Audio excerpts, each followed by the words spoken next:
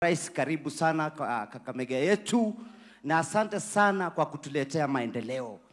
Vile ninaongea hivi, hata kule Matungu tunaona mkono wako. Kuna KMTC ambayo inaendelea. Jana watu walitoka Nairobi wamekuja wamefanya assessment. Kwa hivyo wanafunzi wataingia hivi karibuni. Na pale KMTC, pale Namberekea pia TVET inaamuka kwa sababu ya mkono wako. Hayo yote tunashukuru. Watu wa Kakamega, mimi ningetaka kuambia kwamba sasa wakati huu tufanye siasa ya maendeleo. Hakuna kufanya tu ile siasa ya kupiga mdomo kwa barabara ukitembea.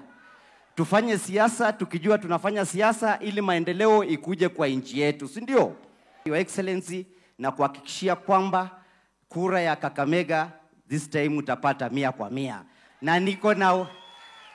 Na niko na uhakika ile ya Matungu ambayo iko chini yangu, hiyo utakula 100% bila pingamizi.